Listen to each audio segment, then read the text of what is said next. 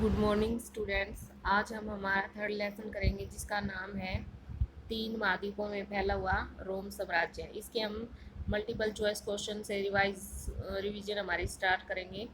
चलिए शुरू करते हैं। ईसा मसीह के जन्म से लेकर 630 ईस्वी के दशक तक यूरोप, उत्तरी अफ्रीका तथा मध्य पूर्व तक के दो सशक्त राज्य थे, रोम तथा ईरान।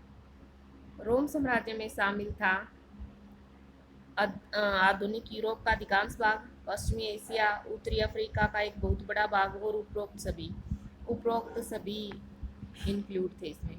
रोम साम्राज्य की दक्षिणी सीमा पर स्थित था सहारा रेगिस्तान। रोम साम्राज्य की प्रशासनिक भाषा क्या थी? लातिनी और यूनानी दोनों ही थी।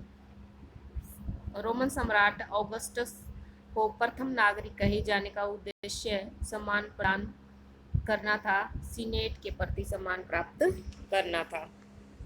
नेक्स्ट हमारा क्वेश्चन है,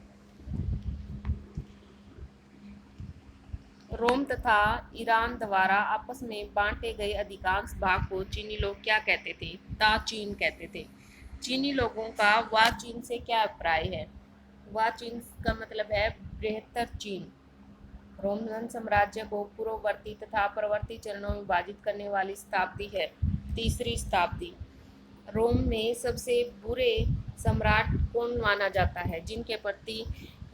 जिनका निम्न के प्रति व्यवहार शत्रुतापूर्ण रहा है, सेनेट के प्रति। मिस्र में साक्षरता के बारे में बताने वाले औपचारिक दस्तावेज लिखे हुए पाए गए हैं पेपाराइस पर।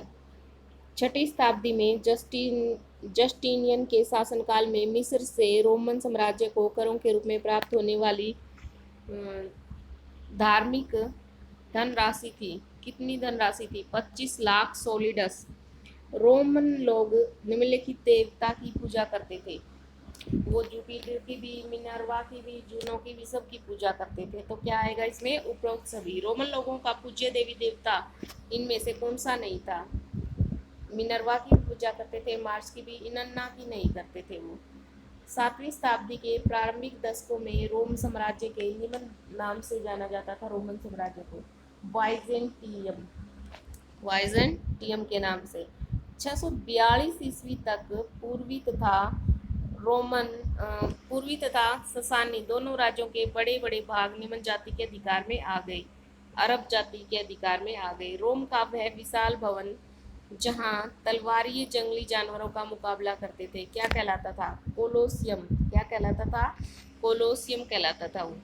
नेक्स्ट है, रोमन साम्राज्य में जल शक्ति का बड़े पैमाने पर प्रयोग होता था भूमध्य सागरीय क्षेत्रों में। कहाँ? भूमध्य सागरीय क्षेत्रों में। रोमन साम्राज्य में सोने चांदी की खानों की खुदाई में जिस शक्ति का बड़े पैमाने पर प्रयोग होता था वो थी जल शक्ति। जो सोने चांदी की खान थी वहाँ खुदाई की जाती थी तो जल शक्ति का प्रयोग ज्यादा किया जाता था। दास प्रजनन का उद्देश्य क्या था? अधिक से अधिक दास प्राप्त करना। रोम में अधिक महंगा श्रम था। दास श्रम जो था, दास मजदूरी जो थी सबसे महंगी थी रोम में। रोम के लोग अपने श्रमिकों पर नियंत्रण रखने के लिए निम्न ढंग अपनाते थे। उन्हें दागा जाता था या जंजीरों में रखा जाता था या फिर उनके साथ ऋण संविदा के रूप में करार किया जाता था। ये सभी जो प्रकार हैं वो अपनाए जाते थे श्रमिकों को नियंत्रण में रखने के लिए। नेक्स्ट है, रोमन सेनेटरों तथा नाइट वर्ग असमानता दर्शाने वाले बिंदु हैं। कई नाइट जहाजों के स्वामी थे, व्यापारी थे, कई नाइट साहूकार थे या उपरोक्त सभी थे। क्योंकि नाइट को क्या था? अपने बच्चों की तरह ही पालता था राजा, और एक मुख्य गार्ड होता था, उसको एक भूमि भी दान में दी जाती थी। ईसाई धर्म रोमन सरकार ने चांदी के सिक्कों के स्थान पर जिस धातु के सिक्के चलाए वो कौन सी थी? सोना। ईसाई धर्म रोमन साम्राज्य का राज धर्म बना कब? 4वीं शताब्दी में।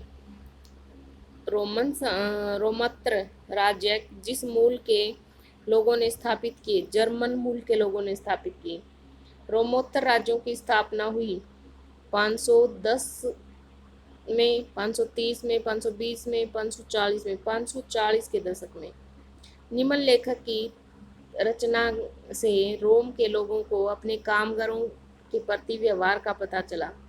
कोलुमेला, ऑगस्टीन, वरिष्ठ प्लिनी सब के बारे में। तो इसका आंसर हो जाएगा उपरोक्त सभी। नेक्स्ट है, बलात् भर्ती वाली सेना कहाँ की थी? फारस की थी। रोम के प्रत्येक सैनिक को वेतन दिया जाता था। यह बात दर्शाती है कि क्या उपरोक्त सभी में से कोई नहीं। गृह युद्ध का उद्देश्य है सत्ता हथियाना, क्योंकि क्या है, गृह युद्ध आपस में एक ही कंट्री में होता है, वो सोचता है मैं सत्ता ले लूँ, वो सोचता है मैं सत्ता ले लूँ। बाहर की बजाय आंतरिक युद्ध जो होते हैं आपस में, उनको गृह युद्ध बोला जाता है। रोम के सम्राट ऑगस्टस का शासनकाल माना जाता है, शांति के लिए जाना जाता है। डिनीरियस नामक सिक्के के शुद्ध चांदी होती है लगभग 4.5 ग्राम। रोम की साम्राज्यिक प्रणाली का मूल आधार बड़े बड़े शहर थे।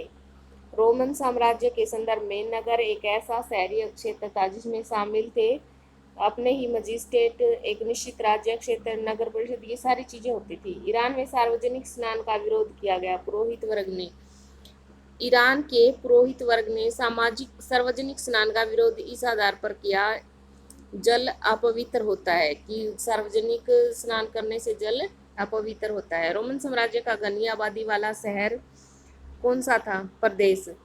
इटली में कैंपोनिया था, हाँ। मिस्र में फिट्यूम गैलीली, और इटली में सिसली, ये सारे ही थे। चरवाहों द्वारा वस्तुओं के अनुसार अपने पशुओं के साथ स्थान बदलना कहलाता था ऋतु प्रवास, क्योंकि चरवाहे जब सर्दी हो जाती थी तो पहाड़ियों क्षेत्रों से नीचे आ जाते थे, और जब सर्दी खत्म हो जाती है, ठंड हो जाती, तो ऊपर की तरफ बर्फीले क्षेत्रों में चले जाते थे, जहाँ पर उनके पशुओं को चारा भी आसानी से मिल जाए और उनके लिए भी वातावरण अनुकूलित हो। सो स्टूडेंट्स, बाकी हम कल करेंगे नेक्स्ट जो वेरी शॉर्ट क्वेश्चन आंसर हैं। आप साथ साथ अपनी रिवीजन करते रहिएगा। पेपर के लिए best of luck. Thank you. Have a nice day.